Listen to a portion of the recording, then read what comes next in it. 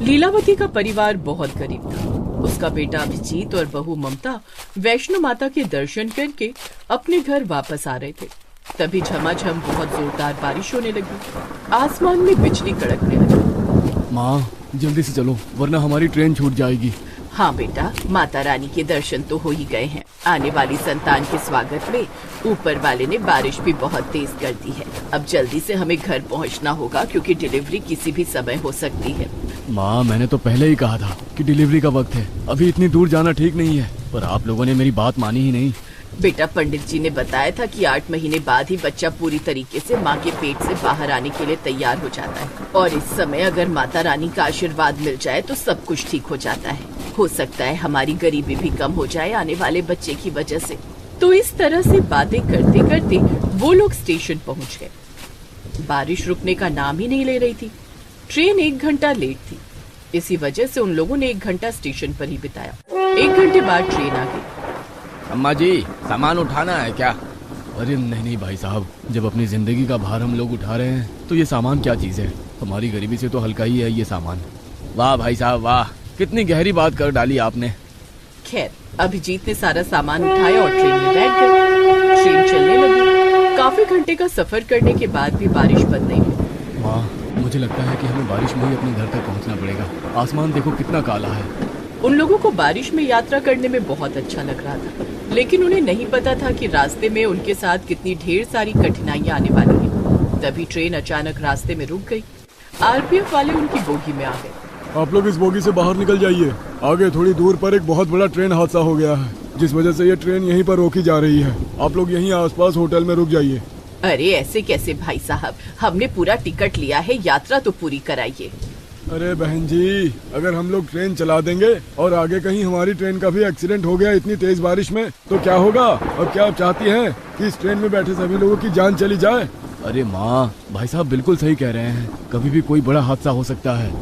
सभी यात्री उस बोगी से बाहर निकलने लगे, लेकिन तभी अचानक ममता का पेट दर्द शुरू हो गया।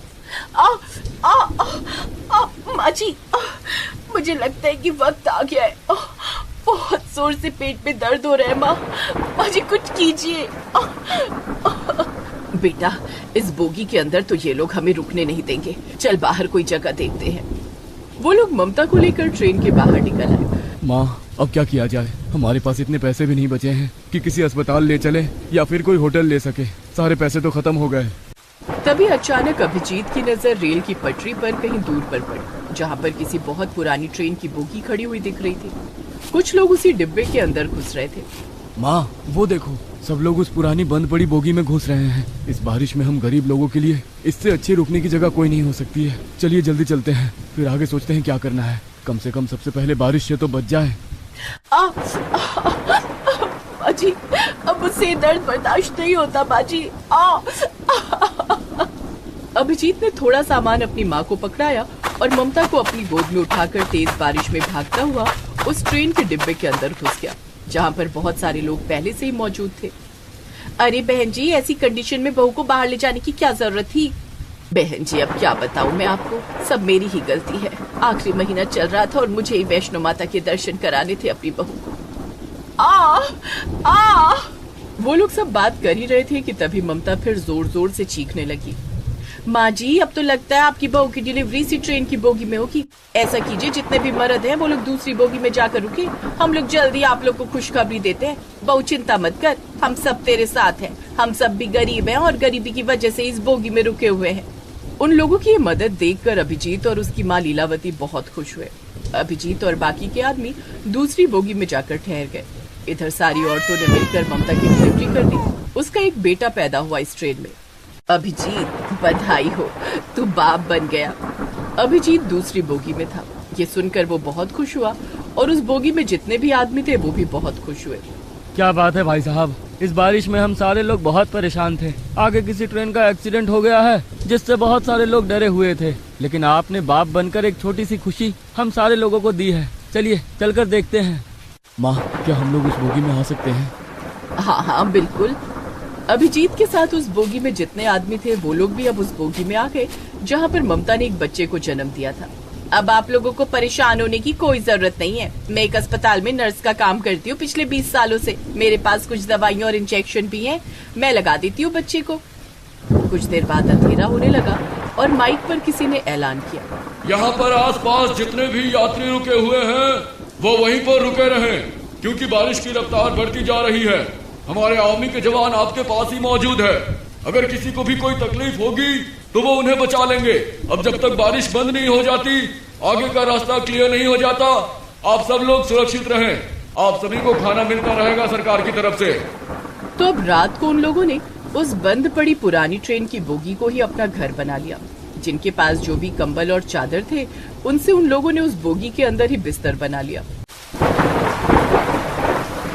3 दिन बीत गए लेकिन अभी तक बारिश बंद नहीं हुई। ये तो अच्छा हुआ कि सरकार की तरफ से हमें खाना मिल रहा है और हमें मुफ्त में रहने की जगह भी मिल गई। माँ जी, सबसे अच्छी बात तो ये है कि हमें यहाँ पर इतने अच्छे अच्छे लोग मिल गए जिन्होंने हमारी मदद की, वरना इतनी तेज बारिश में बहुत कुछ गलत हो सकता था हमारे साथ। सब माता वैष्णो जी की कृपा है बहन जी। आप अपने होने वाले पोते के लिए ही माता वैष्णो के दरबार गई थी और उसके साथ ही कुछ गलत हो जाता, ऐसा तो हो ही नहीं सकता था। अब वो ट्रेन ही उस गरीब परिवार का घर बन चुका था। वहाँ पर जितने भी लोग थे सब एक परिवार की तरह रहने लगे। बहुत सारे लोगों ने मिलकर एक कठिन समय को भी कितना खुशनुमा बना दिया था। करीब 1 हफ्ते तक वो लोग एक साथ एक परिवार की तरह रहे। जब बारिश बंद हुई तब उनकी ट्रेन एक बार फिर से आगे चलने के लिए तैयार हो गई। 1 हफ्ते में ही हम सब एक परिवार की तरह रहने लगे थे। 1 हफ्ते पहले हम लोग एक दूसरे को जानते भी नहीं थे, पर अब बिछड़ते हुए बहुत बुरा लग रहा है। किसी ने क्या खूब कहा है कि आते जाते खूबसूरत आवारा सड़कों पे कितने अनजान लोग मिल जाते हैं, उनमें से कुछ लोग भूल जाते हैं, कुछ याद रह जाते हैं। जिंदगी के किसी न किसी मोड़ पर एक बार हम लोग फिर कभी मिलेंगे। तो इस तरह एक दूसरे से विदा लेकर सब लोग अपनी अपनी सीट पर बैठ गए। ट्रेन एक बार फिर से चल पड़ी। अभिजीत अपनी माँ, अपनी पत्नी और अपने नवजात बच्चे को लेकर जैसे ही अपने घर पहुंचा, वहां पर घर था ही नहीं। वहां चारों तरफ दलदल था। वो लोग हैरान हो गए। आसपास के लोगों से अभिजीत ने पूछा, अरे भाई साहब, ये सब क्या हो गया? ये सारे घर कैसे तबाह हो गए? मैं भी यहीं पर एक झोपड़पट्टी में रहता था। बहुत बहुत बधाई हो आपको। मेरा घर तबाह हो गया और आप मुझे बधाई दे रहे हैं? मैं बधाई इसलिए दे रहा हूँ क्योंकि आप लोग कम से कम जिंदा तो हैं। आप यहाँ से सही टाइम पर निकल गए थे, क्योंकि आपके जाने के बाद यहाँ पर इतनी खौफनाक बारिश और लैंडस्केप हुआ जिससे सारे घर तबाह हो गए। घरों में लोग चैन की नींद सो रहे थे, लेकिन सोते सोते ही वो लोग भगवान को प्यारे हो गए। ये लहरें उनकी जिंदगी अपने साथ बहा ले गई। ये सुनकर अभिजीत, ममता और लीलावती की रूह कांप गई। अभिजीत भी अपने परिवार के साथ स्टेशन के पास ही बनी झोपड़पट्टी में रहता था, पर अब वो भी नहीं रही। माँ, वो देखो, सामने एक बोगी खड़ी है। उसमें ही रहते हैं चलकर। वैसे भी हमें बोगी के अंदर रहने की आदत हो गई है और इस खराब मौसम में झोपड़ी बनाकर रहना ठीक नहीं है। वो लोग एक ट्रेन की बोगी में ही रहने लगे। कुछ महीनों बाद सरकार की तरफ से वहां पर जितनी झोपड़पट्टियां तबाह हो गई थी, उन सभी लोगों को रहने के लिए पक्का घर दे दिया गया। सरकार ने जो कॉलोनी बनाई थी, उन्हीं कॉलोनी में अभिजीत के परिवार को वही सारे लोग एक बार फिर मिले जिन्होंने ममता की डिलीवरी में उनका साथ दिया था। हमने आप लोगों से कहा था ना कि एक बार हम लोग फिर से मिलेंगे, और देखो भगवान ने हमें हमेशा के लिए एक जगह ही मिलवा दिया। तो इस तरह से अब वो सारे लोग एक साथ खुशी खुशी पक्के मकान में रहने लगे और मेहनत मजदूरी करके अपनी जिंदगी बिताने लगे। जगदीश कुमार सरकारी स्कूल में बच्चों को पढ़ाते थे। उन्हें लोगों में शिक्षा का अलग जगाने का बहुत शौक था। वे बच्चों को बहुत लगन से पढ़ाते। बच्चों को कुछ समझाने के लिए वे अलग अलग तरकीबें निकालते। काफी समय गुजर गया। एक दिन जगदीश कुमार ने सोचा, अब मैं बूढ़ा हो गया हूँ, कुछ ही दिनों में रिटायर हो जाऊंगा। रिटायरमेंट के बाद मैं बच्चों को कैसे पढ़ाऊंगा? मैं चाहता हूँ कि गोविंदपुर गांव के सभी बच्चे पढ़े लिखें और गांव का नाम रोशन करें। गांव के गरीब बच्चों तक शिक्षा नहीं पहुंच पाती है। इसके लिए मुझे रिटायरमेंट के बाद भी बच्चों को पढ़ाना होगा, वो भी मुफ्त में, ताकि गरीब बच्चों तक भी शिक्षा पहुंच सके। मन ही मन में उन्होंने ऐसा विचार किया। कुछ दिनों के बाद वे स्कूल से रिटायर हो गए। रिटायरमेंट के बाद उन्होंने ठीक वैसा ही किया जैसा उन्होंने सोचा था। अपने घर के पास ही उन्होंने एक स्कूल खोला जिस पर एक बोर्ड लगा दिया। बोर्ड पर लिखा था, यहाँ गरीब बच्चों को मुफ्त शिक्षा मिलती है। बोर्ड को देखकर गांव के गरीब लोग अपने अपने बच्चों को लेकर वहां आने लगे और उनका नाम स्कूल में लिखवा दिया। नमस्ते मास्टर साहब। कहो भोला, कैसे आना हुआ? मास्टर साहब, हमने सुना है आपने गरीब बच्चों के लिए स्कूल खोला है। हाँ भोला, तुमने बिल्कुल ठीक सुना है। तो हमरे बिटवा का भी नाम अपने स्कूल में लिख लीजिए ना। हाँ, क्यों नहीं भोला, आज से तुम्हारा बेटा मेरे स्कूल में पढ़ेगा। इसे यहीं छोड़ जाओ और पूरे गांव में खबर कर दो कि उन सभी बच्चों के माता पिता जो अपने बच्चों की फीस नहीं भर सकते, वे उन्हें पढ़ाने के लिए मेरे स्कूल में ले आएं। अच्छा मास्टर साहब, आपका बहुत बहुत धन्यवाद। भोला पूरे गांव में ये बात कह देता है, जिसके बाद सभी गरीब माता पिता अपने अपने बच्चों को जगदीश कुमार के स्कूल में ले आते हैं। इस तरह जगदीश कुमार गांव के गरीब बच्चों को मुफ्त शिक्षा देने लगते हैं। बच्चों को मास्टर साहब के पढ़ाने का तरीका बहुत पसंद आता है। धीरे धीरे गांव के बच्चे मास्टर साहब से बहुत घुल मिल जाते हैं। बच्चे जगदीश कुमार को बहुत पसंद करने लगे। बच्चे रोज स्कूल आने लगे, यहाँ तक कि रविवार की छुट्टी भी उन्हें पसंद नहीं थी। एक बार की बात है, बच्चे स्कूल पहुँचे। अरे बच्चों, तुम सब आज सुबह सुबह स्कूल आ गए, क्या बात है? मास्टर जी, हम लोग पढ़ने आए हैं। लेकिन आज तो रविवार है, छुट्टी का दिन है। तुम लोग खेलो कूदो, मजे करो, कल पढ़ने आना। नहीं मास्टर जी, हमें आज भी पढ़ाई करनी है, लेकिन आज हम सबसे पहले स्कूल की सफाई करेंगे। नहीं बच्चों, तुम लोग सिर्फ पढ़ाई में मन लगाओ। मास्टर जी, स्कूल तो शिक्षा का मंदिर होता है और इस मंदिर को साफ सुथरा रखना हमारा धर्म है। हमें ये काम करने दीजिए। इतना कहकर सभी बच्चे स्कूल की सफाई में लग गए। बच्चों का उत्साह देखकर जगदीश कुमार बहुत खुश थे। साफ सफाई खत्म होने के बाद उन्होंने बच्चों को पढ़ाया। इसी तरह धीरे धीरे दिन बीत रहे थे। मौसम बदलते रहे। बारिश का मौसम आ गया था। गोविंदपुर गांव नदी के किनारे बसा था, जिस कारण रोज थोड़ी बहुत बारिश हो जाया करती थी। एक दिन बहुत तेज बारिश होने लगी। आज तो मूसलाधार बारिश हो रही है।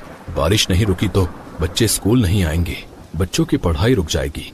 इधर बच्चे भी बारिश रुकने का इंतजार करने लगे, लेकिन बारिश तो थमने का नाम ही नहीं ले रही थी। 2 दिन हो गए स्कूल नहीं गया।